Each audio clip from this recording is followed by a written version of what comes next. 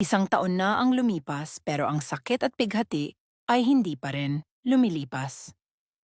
Dear Ate Anne, ako nga pala si Dennis, 27 years old. I live somewhere here in Bacolod. Nais ko pong magbahagi sa iyo ng kwento. Bilang paggunita sa namayapa naming kapatid, tawagin na lang natin sa pangalang Dave. 24 years old pa lang noon is kuya. Nang magdesisyon siya na pakasalan, ang pinakamamahal niyang girlfriend na si Nika. Pinuntahan niya agad ito at ang pamilya niya para mamanhikan. Napagkasunduan ng mga magulang ni Nika na isang engranding kasalan ang gusto nila. Agad naman ito sinang-ayunan ng mga magulang namin. Sinabi rin ni Kuya na gusto niya ring maranasan ang pinaka-engranding kasalanan, kaya napaka-hands-on talaga niya pagdating sa pag-asikaso para sa lahat ng pangangailan ng kanilang kasal. Nais niya iparamdam sa kanyang girlfriend kung gaano talaga niya ito kamahal.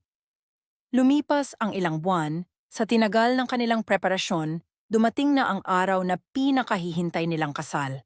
Dahil napagkasunduan nila na gawing mas exciting ang kanilang kasal, buong gabi na hindi sila magkikita at magsama, at sa simbahan na lang sila magkita sa araw ng kanilang kasal.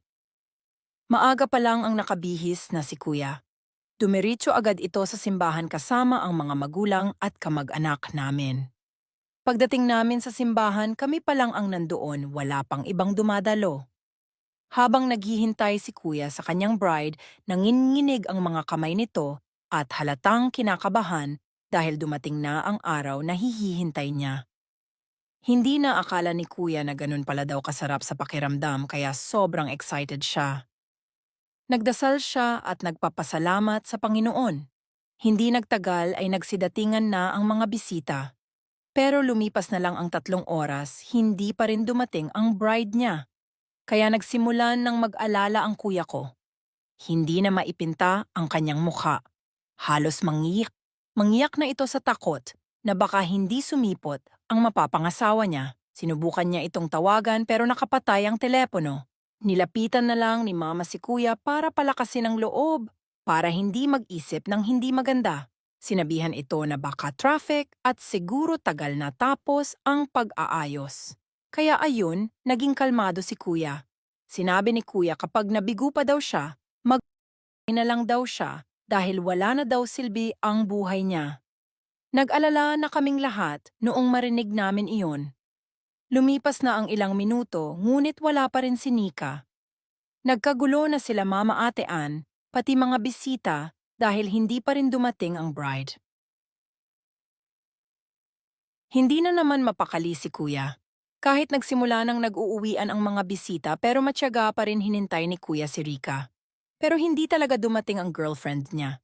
Pinuntahan namin ang bahay ni Nika kasama ang mga magulang namin para kumprontahi sila.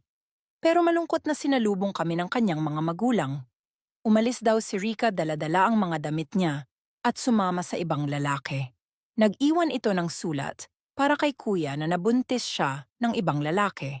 Hindi na kayanan ni Kuya ang lungkot ang sarili niyang buhay. Lahat kami nagluluksa. Hindi namin matanggap kahit ngayon 1 taon na nakalipas.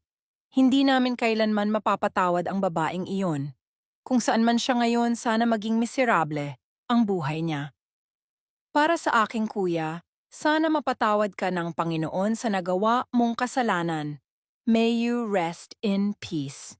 1 taon na nakalipas pero buhay na buhay ka pa rin sa aming puso at isip.